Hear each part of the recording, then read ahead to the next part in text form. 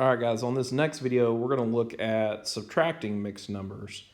And with subtracting mixed numbers in fifth grade, there's a couple of different ways they could show up.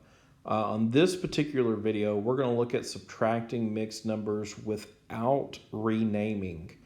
And so we're going to kind of talk about that, and I'm going to make another video that is renaming, but I'm going to kind of explain what that means in this one and in the next one. And so this one is the one without renaming. Okay, so let's talk about what it means, first of all, when you're subtracting mixed numbers. So again, we subtracted fractions with unlike denominators, and we've been doing that, and that wasn't too bad. Now, again, kind of like with addition, we're just going to go a little bit further into it. So we're going to subtract mixed numbers. The one thing about subtracting mixed numbers this is kind of how I teach my students. You have to be really mindful of what is happening, whether if it's just straight math, like what you're seeing on the screen here, or you're seeing something in a model or in a word problem especially. You have to really be mindful of what you have as a total. So in other words, in this particular problem, I have 8 and 7/8. So whatever that might be, that could be, it could be a cooking problem, and it could be 8 and 7/8 cups of flour or something like that. Well, you always have to be mindful of what you have to begin with, because that's going to tell you whether it's a renaming problem or not. So I think the easiest way to spot it is to always look at your fraction first, not your whole number. So your fractions on this problem are 7/8 and then 1/4. Well, always think of it like this. If your total, in this case, 8 and 7/8 is your total, that's what you have, and you're taking something away from it. So if you're 7/8, you're 7/8 on this problem, that's a pretty large fraction. That's almost a whole when you're subtracting 1/4 from it. And again, I'm not worried about the whole numbers. That's going to come later when we solve. But that right there tells me that since 7/8 is bigger than 1/4, which you should know that by now in fifth grade, that was kind of a big concept last year as fourth graders, this is not a renaming problem. So this is just one where it's going to kind of go smoothly. It's not going to be any extra steps. It's going to be an easier problem. The way I would work these is kind of like the addition problems. I would look at these and I would separate it into two parts. You've got your whole numbers that you're subtracting, and you have your fractions that you're subtracting. So I've already got the two fractions underlined. So let's just start with those. So I'm going to take 7/8 and I'm going to subtract 1/4. Something else that I would really pay attention to here is the setup. Really watch how you set these problems up, because if you flip-flop them, if you do 1/4 minus 7/8, then you're going to get something kind of strange looking, and it's going to confuse you. That 7/8 is what you had to begin with. In other words, it's kind of like your total, and you're taking away 1/4. Okay, so let's do this problem. Again, I'm going to kind of come up to the top and show what's going through my mind right now. I am writing my facts of 8, and I'm writing my facts of 4 until I hit a least common multiple or a least common denominator. So this one's pretty easy, because if you know your facts, you don't have to write a lot until you hit it. And a lot of kids, again, are skipping this step because they just know their facts so well. Well, if that happens, now we're coming down to our problem, and we're creating a new problem that has the same meaning. Remember, all we're doing is we're taking 7/8 and 1/4, and we're going to create equivalent fractions. So if I use 8s as my LCD, what's really going to happen on this top one is it's going to stay the same, because I'm going to really be just timesing it by 1. So I'm going to keep 7/8. The bottom one's going to change a little bit. I'm going to times it by 2, which means the 1 times 2 changes 1/4 to 2/8. But again, they're equivalent fractions.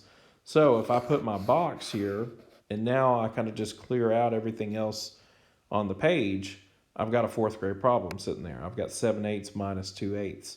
7/8 minus 2/8 is simply just 7 minus 2. You have 5. You have 5/8 there as your fraction. You cannot simplify 5/8, so you're good. Now, in my opinion, that was the hard part. You got the hard part out of the way. Now you have an easy part. So I'm going to pull out, get a different color here.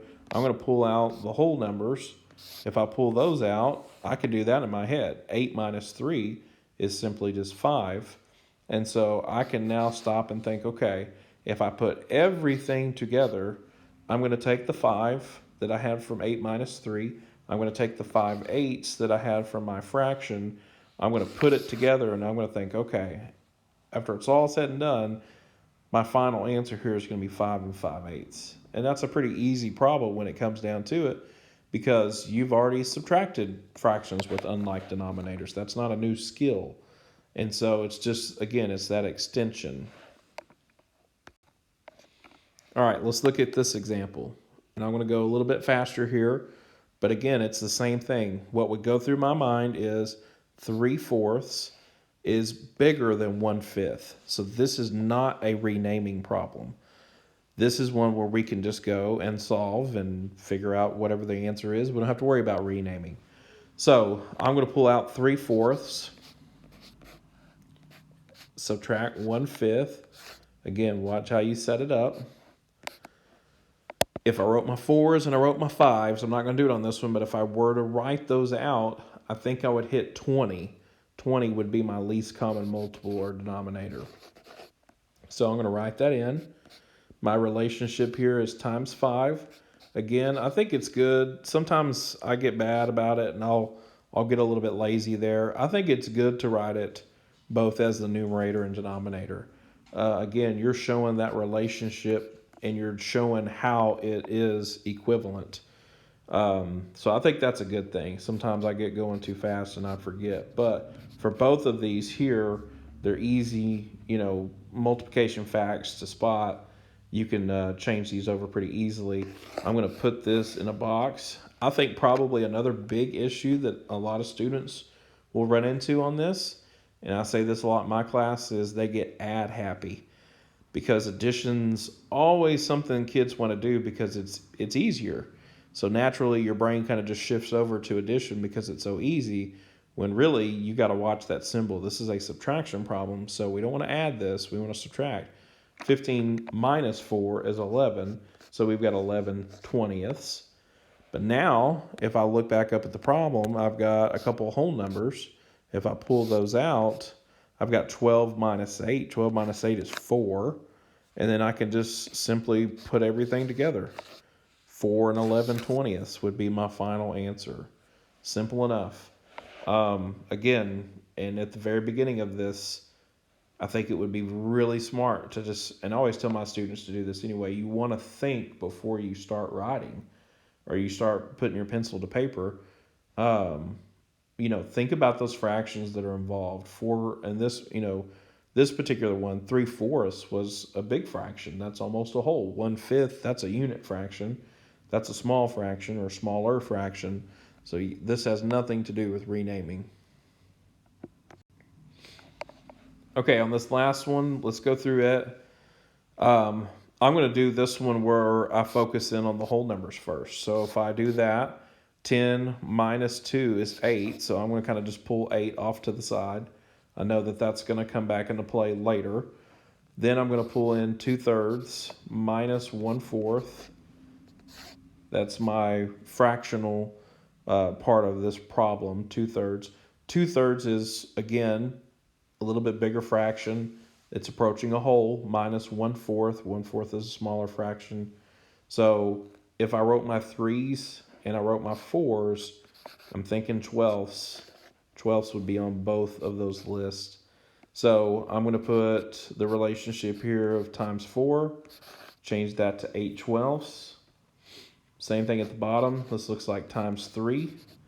Change this to 3/12. Again, watch for add happy. Don't get add happy. I'm bad about it too sometimes. You got to watch it. If you take 8 and you subtract 3, you're going to get 5/12. 5/12 can't be simplified. 5/12 would then be tacked on over here to my whole number. I'm going to circle it. I'm good to go. So really pretty easy stuff. Again, I think this would be something that, it's just like anything else in math. Practice makes perfect. The more you do it, the more you see it, the more your mind gets accustomed to doing it, and it's pretty easy. But you have to be careful with a couple of things. Again, watch your symbols. Make sure that you are subtracting when you're supposed to subtract. Watch your setup. Don't flip-flop the fractions. That's a big mistake a lot of kids tend to do.